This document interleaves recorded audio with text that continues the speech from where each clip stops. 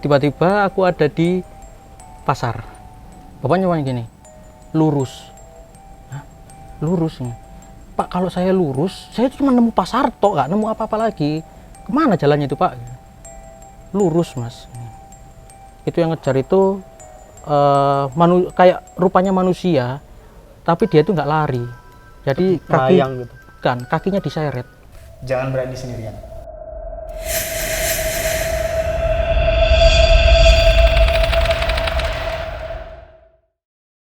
Posisinya itu jam berapa Mas pas ada orang muter tenda itu? Kira-kira sampai tahu nggak? Sekitar jam setengah 6 atau 6 sore. Pokoknya Masih setelah maghrib maghrib. gitu ya? Pokoknya di bawah itu masih kedengaran orang ini kok, jamaah sholat dari masjid bawah itu kan jaraknya nggak begitu jauh kan dari Pambangan kan. Iya. Nah terus kan mereka itu kan muter-muter gitu kan. Terus sampai tenda itu ada yang gerakin, terus muter lagi, terus digerakin lagi. Tapi nggak ada bayangannya kan, biasa kan kalau Nggak tenda ada, kan kelihatan kita tuh kan ada gelap, bayangan orang. kita gelapin di dalam itu. Oh. Kita udah gelap itu waktu itu. Karena kan mereka kan tak suruh istirahat, pokoknya mereka harus tidur pokoknya. Karena kan mereka kan ininya kan ngeluhnya kan capek mereka itu. Sampean di tenda sama 3 orang cewek itu yakin yang ngelilingin bukan Satpol PP Mas? Nah, itu yang harusnya jadi pertanyaan. Jangan-jangan itu Jangan-jangan itu warga. arwahnya Satpol PP. Satpol PP. Iya. Arwahnya Satpol PP yang dari terminal dari stasiun tadi itu. Nah, terus habis itu udah kan gangguan itu hilang. Gangguan hilang, udah ngerasa rada aman, tak buka lagi tenda. Ngopi lagi. Tiba-tiba ada kedengaran orang lari dari atas. Berhenti di depan tenda. Monggo Mas. Lari lagi ke bawah. Surat. Duh, kok ada pendaki turun jam segini ya gini. Biasanya pendaki turun kan sore gitu kan. Kok jam segini ada pendaki turun? Ya udah kan. Terus habis itu kedengeran lagi, orang lari lagi. Berhenti lagi. Monggo Mas. Nggih, monggo.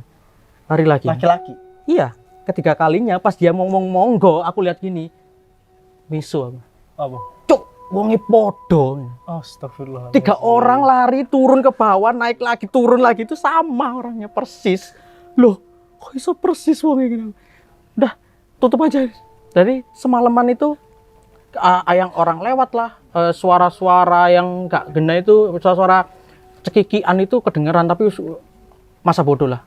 Nggak tak reken karena aku juga udah capek kan. Jadi sampean bermalam di sana. Bermalam di sana. Nah, pas waktu jam 3 itu kan udah kebangun kan. Nah, si cewek yang tadi tiga-tiganya itu udah bangun waktu jam 3 itu. Terus aku bilang, "Udah kalian siap-siap buat sholat subuh," gitu kan. Habis ambil air wudhu, aku sama 2 orang, sang satu tak tanya, "Loh, sampean kok kamu kok gak ambil air wudhu?" "Saya lagi men, Mas." Astaga, itu ternyata. Dan kalian ada di Samarantu malam itu. Saya Oke. lagi mens Mas. Terus aku ngomongin, "Kenapa kamu nggak ngomong dari tadi pagi?" Aku ngomong kayak gitu. "Kalau kamu ngomong dari tadi waktu ketemu, nggak bakal tak bawa ke atas," aku bilang gitu. Saking emosinya kan. Duh, gini aku. Terus ini anak udah di pos 4 kan. Aku mau tinggal dia di pos 4 nggak mungkin.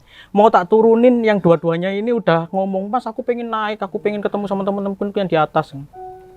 Akhirnya ya udahlah kita naik, tapi resiko kita tanggung bareng ya. Pokoknya semua resiko kita tanggung bareng kalau naik. "Iya Mas, nggak apa-apa Mas." Naik kan jalannya agak nanjak. Terus aku di depan sendiri, yang 3 orang ini mau tak tarik gitu loh. Mau tak tarik. Itu habis subuh jam 4 pagi. Kan belum ada matahari masih kayak ufuk-ufuknya gitu aja. Pas aku noleh ke belakang gini, ngitung kan aku kan, tak hitung anaknya itu. 1, 2, 3, 4. Yang satu itu di atas gini. Aku noleh lagi. Kok ada Ya 4? Allah, itu apa? Itu opo gitu kan. Terus toleh lagi. 1, 2, 3, masih 4. Yang di atas itu gini. Di atasku gitu. Aduh, ini apa ini kayak gini aku. Ya wes lah. Kalau aku terus ngomong sama dia, "Aku kesini nggak mau ganggu. Kalau kamu ada yang perlu sama mereka bertiga, bilang aja di sini apa perlumu.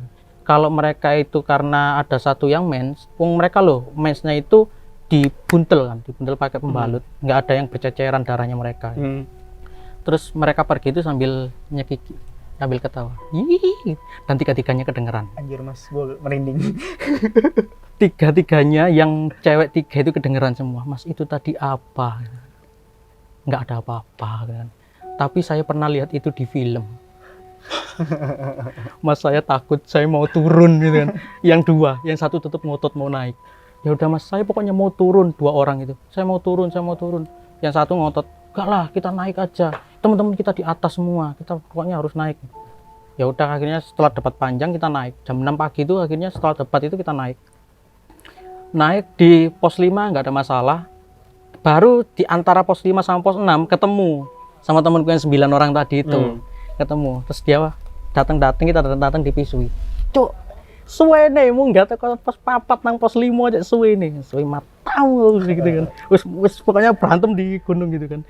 Terus udah kan, ya udahlah, ini gimana ini? Mau naik atau mau istirahat dulu? Istirahat dulu nanti siang-siang baru kita naik.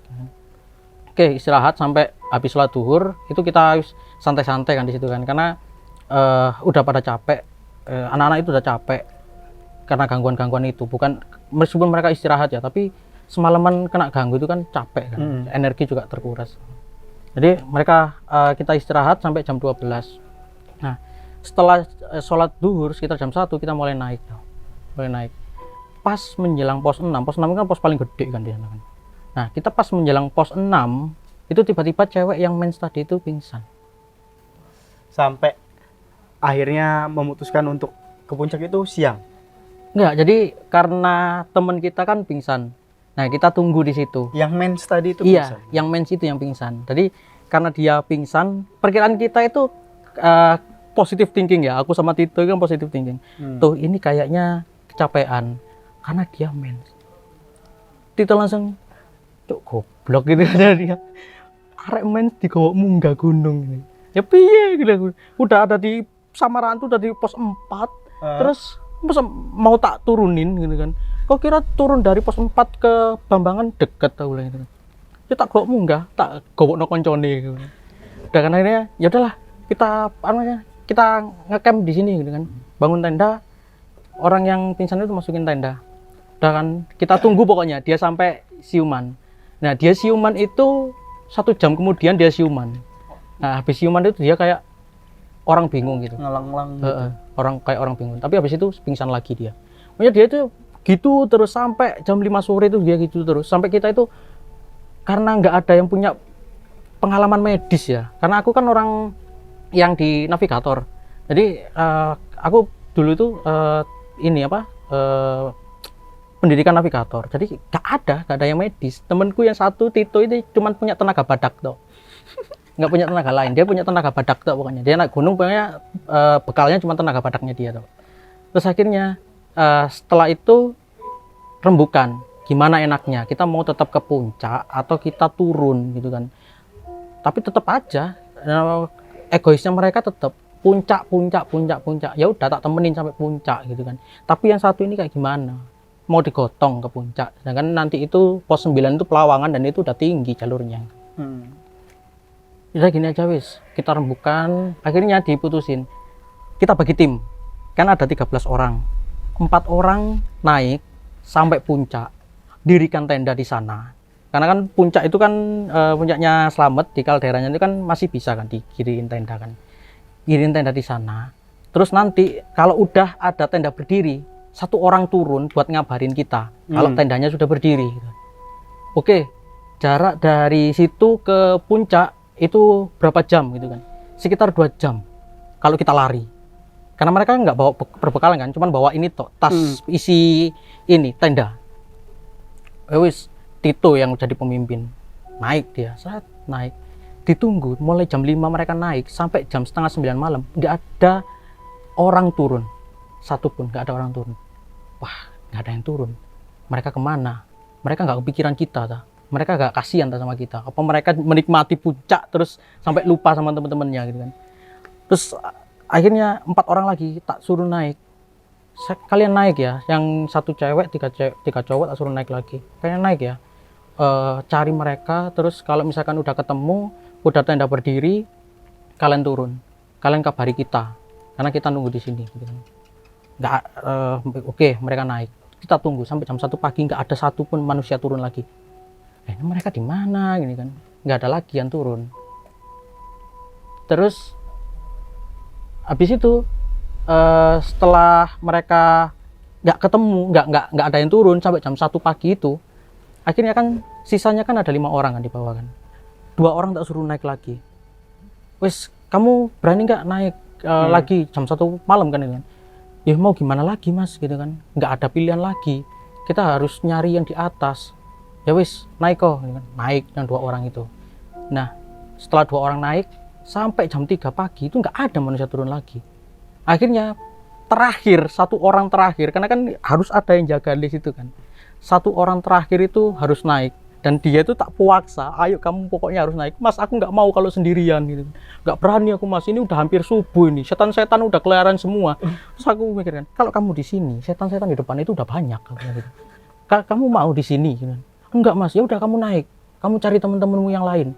Pokoknya mereka harus turun. Gitu. Semuanya tuh suruh turun gitu kan. Mereka 1 orang ini akhirnya memberanikan diri lari naik. Tapi nggak kembali lagi sampai hampir subuh itu nggak kembali lagi. Akhirnya dengan terpaksa karena udah nggak ada pilihan lain, 1 orang yang pingsan tadi ini yang masih tidur kondisi nggak sadar itu tak masukin ke sleeping bag, terus pinggir-pinggirnya itu tak kasih air hangat biar dia nggak hipotermia kan. Tak kasih air hangat gitu, terus aku naik sendiri. Orang terakhir kan ini 12, yang 11 kan udah di atas, tinggal 2 orang kan di bawah, 1 sama cewek itu. Terus aku bisikin di dia, aku naik, tapi nanti nggak lama aku coba cari sampai pos 9, sampai Pelawangan. Kalau mereka nggak ada di Pelawangan, aku turun gitu kan. Terus aku naik, pelan-pelan aku naik sampai di pos 9 nggak ada manusia. Aku nggak kelihat di puncak itu nggak ada tanda-tanda light center, nggak ada sama sekali. Terus pas aku naik, nah ini nanti dikonfirmasi waktu mereka turun ketemu semua itu, kita waktu ketemu bareng itu mereka mengkonfirmasi hal yang sama. Jadi mereka naik. Yang pertama itu setelah mendirikan tenda, mereka itu mau turun, tapi nggak tahu jalur. Akhirnya mereka mutusin untuk mencari jalur 4-empatnya itu. Terus yang 4 lagi naik itu, mereka nemu tenda yang udah dibangun tim yang pertama, tapi mereka nggak nemukan timnya yang pertama itu di mana. Karena udah nyari jalur juga. Iya, jadi mereka turun itu udah nggak ada jalur lagi. Nah akhirnya semuanya kayak gitu. Pokoknya ada 4 tenda di atas itu, tapi nggak ada manusianya sama sekali. Gitu. Sampai aku akhirnya yang naik di atas, nyampe sana itu udah setelah subuh, aku nyampe di atas itu yang lihat gitu. Ada 4 tenda, nggak ada manusianya. Kemana mereka? Aku takutnya kan mereka nyemplung ke jurang. Ini bukan ke jurang sih, aku pikirnya itu ke kawah itu loh. Aku takutnya mereka tuh nyemplungnya ke kawah gitu kan. Jadi aku keliling nyari itu, keliling, nggak ada manusia sama sekali. Aku heran. Yang tadi itu naik itu loh 11 orang, kenapa nggak ada yang ketemu sama sekali? 1 aja nggak ada yang ketemu. Akhirnya aku kepikiran sama temen yang 1, yang cewek di bawah itu. Udahlah aku tak turun naik, aku udah dalam kondisi emosi, marah, capek, mikir tak bawa turun, gak peduli temanku kayak gimana. Wah kon hilang bawa pos, aku gak ngereken kan. Nah pas turun, nyampe di Pelawangan, jalannya tiba-tiba banyak. Loh perasaan tadi aku cuma ada jalan 1 deh ini. Kok tiba-tiba banyak jalan ya gini. Terus aku harus kemana nih ya? Terus pakai insting aja lah. Lurus saya aku. Lurus masuk hutan kan. Nah, setelah masuk hutan itu kayak apa ya? Kayak hutan biasa tapi matahari itu nggak bisa tembus. Masuk rimbunnya itu. Saking rimbunnya hutan itu nggak bisa tembus matahari itu. Nah, keliling di situ aku. Nyampe di situ, setiap kali ketemu cabang itu kadang ada 3 cabang, ada 2 cabang gitu jalan gitu kan. Aku ingatku tadi itu jalur itu cuma 1, nggak ada jalur percabangan kayak gini, naik gini. Terus pokoknya muter-muter di situ aja, muter-muter terus di situ. Nah, dalam kondisi yang udah capek, udah putus asa kan, duduk, diem, ambil makanan di tas, cuman ada 1 ini apa, mie, Indomie goreng, sama 1 aqua, isinya itu cuma setengah. Itu tak makan pelan-pelan. Kalau aku mikirnya gini, kalau aku tersesat lama di sini, aku nggak punya makanan dan aku nggak punya minuman, jadi tak makan dikit, minumnya dikit. Nah kayak gitu terus itu, sampai aku itu ngebayangin itu nggak pernah ada matahari yang muncul. Padahal di jamku itu harusnya itu udah jam 8 pagi. Kenapa kok nggak ada matahari muncul gitu loh? Terus kayak gitu. Terus aku kan ingat yang diceritain Tito itu. Coba bikin tanda gitu kan, bikin tanda biar kamu itu tahu tersesatnya di mana gitu kan. Udah aku bikin tanda kan, numpuk daun kering, aku ngambil, tak tumpuk di pinggir pohon. Terus aku keliling lagi, ketemu cabang 3, aku lurus, ketemu itu tadi. Terus pas aku jalan ketemu cabang 3 itu tadi, aku belok kiri, ketemu tetap di situ tadi. Ke kanan, tetap ketemu di situ tadi. Jadi kan karena banyak percabangan jalan, akhirnya dicobain semua. Cabang jalan itu pokoknya tak cobain semua sambil numpukin daun di tempatnya sama. Sampai udah nggak tahu mau kemana lagi, duduk, makan, berhenti, udah gitu terus. Terus sampai akhirnya kayak apa ya? Jadi tiba-tiba jalan itu yang tadi bercabang-cabang itu pas aku jalan lagi itu cuma ada jalan lurus gitu. Jalan lurus saya gitu kan. Nah pas tak ikutin aja, mungkin ini jalan keluarku gitu kan. Aku bisa nyampe di temanku yang tadi atau aku bisa nemuin temanku yang lain gitu kan. Lurus aja, lurus gitu kan. Tiba-tiba aku ngelihat sinar matahari. Wah, udah ngeliat sinar matahari pagi gitu kan. posisinya, Iya, kan? udah pagi tuh. Wah, kelihatan sinar matahari. Nah, karena navigasi itu bisa lewat matahari, akhirnya aku ngelihat kan, oh tadi aku harusnya lewat jalur ini karena dari arah datangnya sinar matahari membelakangi. Akhirnya aku coba lewat situ, turun, gak ketemu jalur lagi. Yang aku temuin itu tiba-tiba aku ada di pasar, masuk pasar gitu. Jadi aku masuk pasar gitu. Loh, ini di mana tuh? Aku tiba-tiba ada di pasar gini kan. Tapi kok rame orangnya? Tapi orang rame, kondisi pasar rame, tapi nggak ada yang bicara orang itu. Nggak ada yang bicara. Dia itu cuman datang, ambil barang, kasih duit, pergi. Udah gitu toh. Dan aku ngeliat semua orang itu kelihatan sama, meskipun di tempat yang berbeda ya, di apa sih namanya itu, kios-kios berbeda-beda gitu, tetap kayak gitu. Ambil ada barang. yang jualan tepoci di sana? Enggak. Oh, enggak ada. Aku juga, itu bukan aku juga mau manusia. beli kalau gitu, kalau ada. Jadi ya gitu kegiatannya itu, cuman ambil barang, kasih duit, udah pergi gitu toh. Ini apa tuh sebenarnya? Ini sebenarnya di mana aku? Apa Mas yang dijual kalau sampean?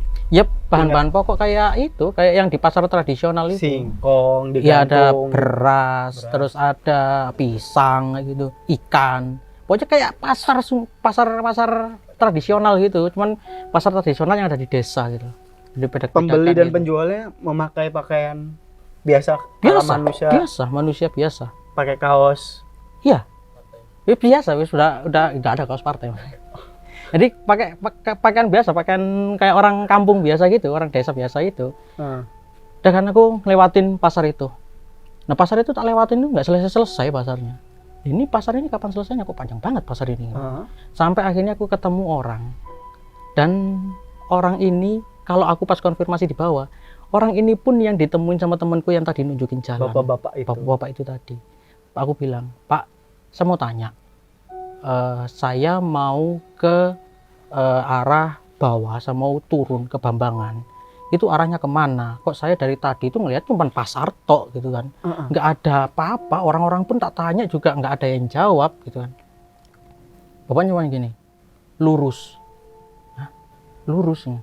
Pak, kalau saya lurus, saya cuma nemu pasar tok, nggak nemu apa-apa lagi. Kemana jalannya itu Pak? Lurus Mas. Ya wis, aku lurus kan. Lurus saya, tapi pasar itu tuh nggak selesai. Jadi kayak berulang terus gitu loh. Tapi pasar tok itu, bentuknya pasar tok gitu kan. Terus sampai di ujung capek, duduk pinggir orang jualan, ngeliatin orang jualan, tak liatin. Nah, terus bapak itu lewat. Pak, saya nggak bisa keluar dari sini Pak. Di mana Pak jalurnya Pak?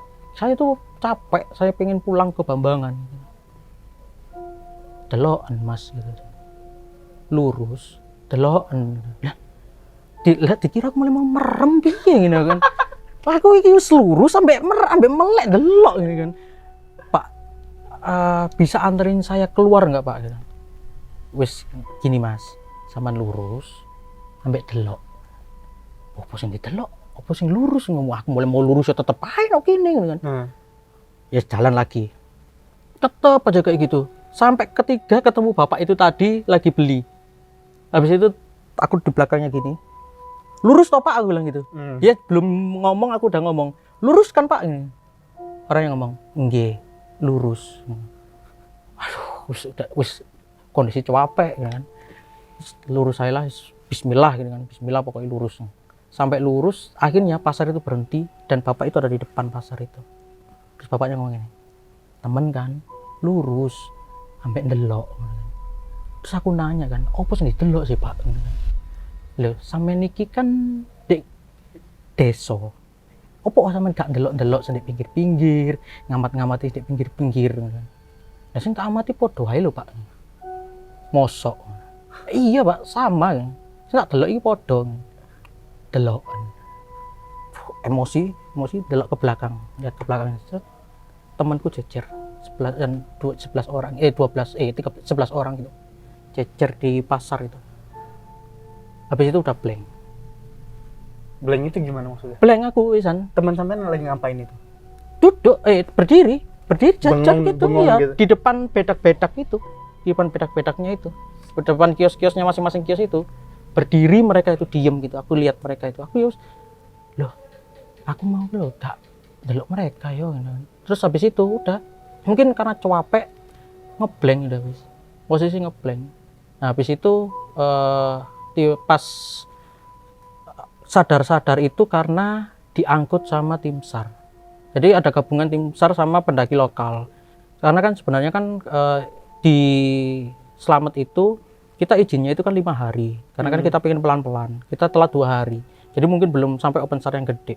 Jadi open SAR untuk volunteer di bawah, sama kayak biasanya di Arjuno kalau ada orang 2 hari nggak balik, itu volunteer yang nyari masian, belum melibatkan si Brimob dan lain-lain.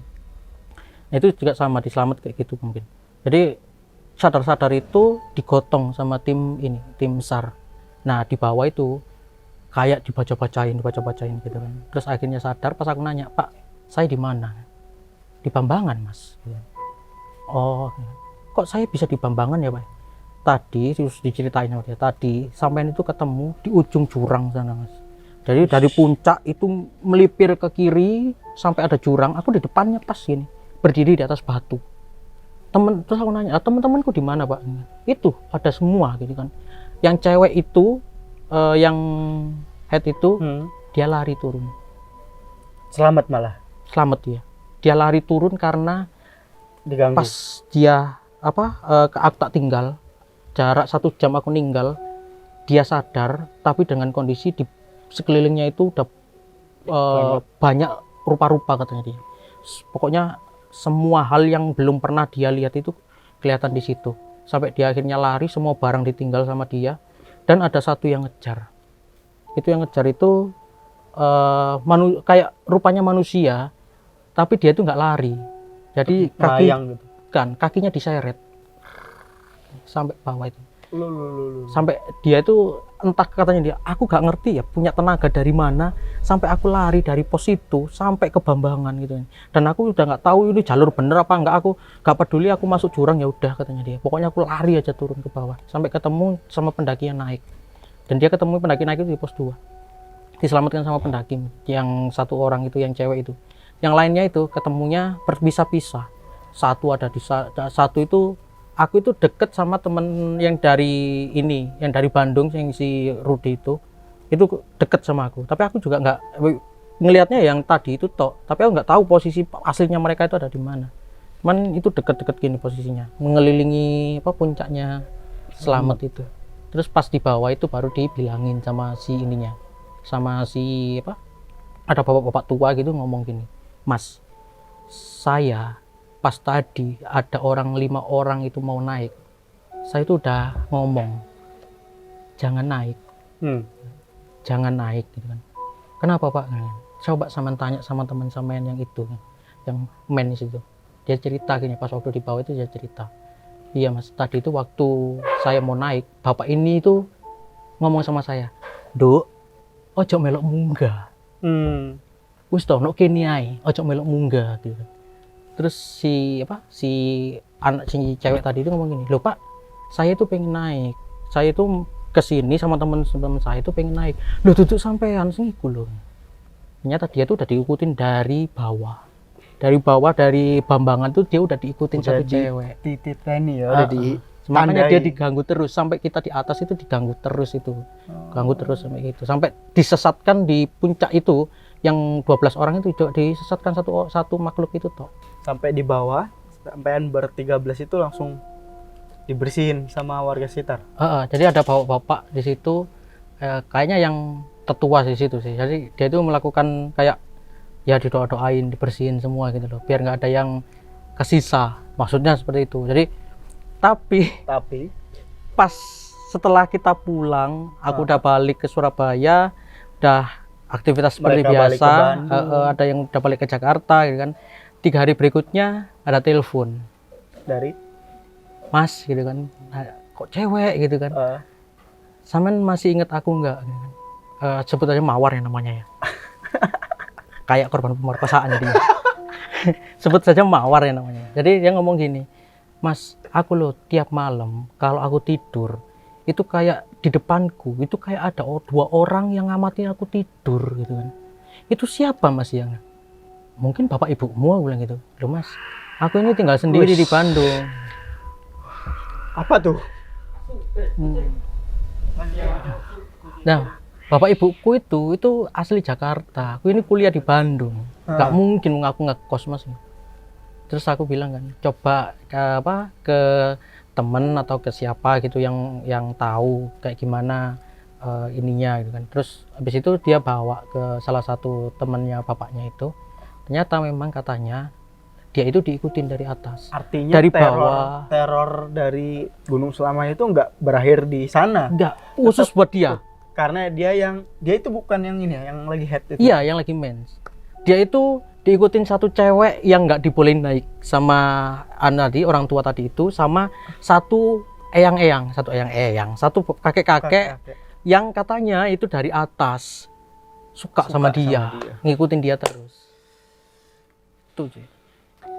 Pesan moral ya, yang bisa kita lihat emang kalau di gunung atau dimanapun lah ya, kayak kita emang harus punya pengetahuan kalau lagi kondisi ini sebaiknya jangan lah ya gitu, apalagi kalau head itu secara fisik juga kan terkuras energinya banyak, dan secara spiritualis juga itu kan lagi tidak bersih ya Mas ya posisinya, dan itu sangat mengundang dunia-dunia seperti itu buat nempel, akhirnya merepotkan semua pihak. Untung aja selamat ya Mas semuanya ya. Iya, enggak sih sebenarnya kalau kita mau mendaki gunung ya, jangan dari bawah udah punya pikiran kayaknya gunung ini angker gitu ya. Iya, karena itu akan jadi apa ya? Sugesti. Kayak sugesti. Akhirnya kita sampai atas itu kayak ketakutan sendiri sebenarnya. Jadi udah dari bawah niat aku mau naik gunung, mau nikmati alam. Perkara nanti di sana kan kita mau menikmati alam, nggak tahu alamnya nyata atau alamnya goib kan. Iya. Jadi perkara nanti di atas itu ada apa ya nikmatin aja. Niatnya harus benar-benar bersih, pure, nggak ada prasangka apa-apa. Sama mungkin kalau ada peraturan yang tidak tertulis lah ya kan, kalau sekarang mungkin banyak gunung udah ada peraturan tertulis apa, dilarang pakai apa, dilarang bawa apa, itu turutin aja, dan yang tidak tertulis juga ikutin aja, karena kita kan lagi bertamu nih ke rumah orang, jadi kita harus ikutin peraturannya itu loh bro, sobat hordik. Jadi udah malam ini malam panjang sekali ya, kayak ini lebih hampir sama menakutkannya sama episode kemarin, tapi ini oke lah, kayak kesasar berapa hari? 3 hari. Kalau menurut tim SAR itu kita telat 2 hari. Jadi karena kan hari kelima itu kita tersesat, bukan hari kelima sih, hari kedua kita tersesat, tapi kan kita kan udah ngecamp lama kan di bawah-bawah itu kan. Jadi kita itu total tersesat itu 3 hari menurut keterangannya tim SAR. Wih, gokil. Oke, sobat hordik, terima kasih Mas Risat. Ceritanya sangat, mudah-mudahan bisa jadi catatan buat teman-teman hordik yang akan mendaki gunung seperti itu ya. Terima kasih sudah mengikuti cerita malam ini. Jangan lupa like, subscribe-nya, share ke teman-teman kalian, dan ingat, jangan berani sendirian.